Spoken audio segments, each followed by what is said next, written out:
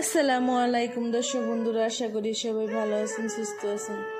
তো আজকে মেয়েদের কিছু বাস্তবতা কথা শেয়ার করি।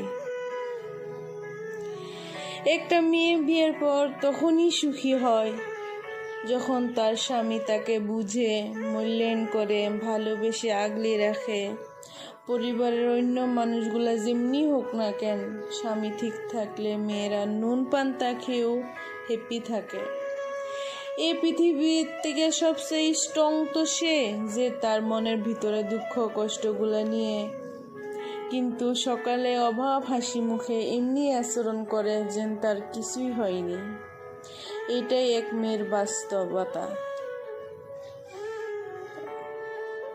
আশা করি ভালো লাগছে। আল্লাহ হাফিজ।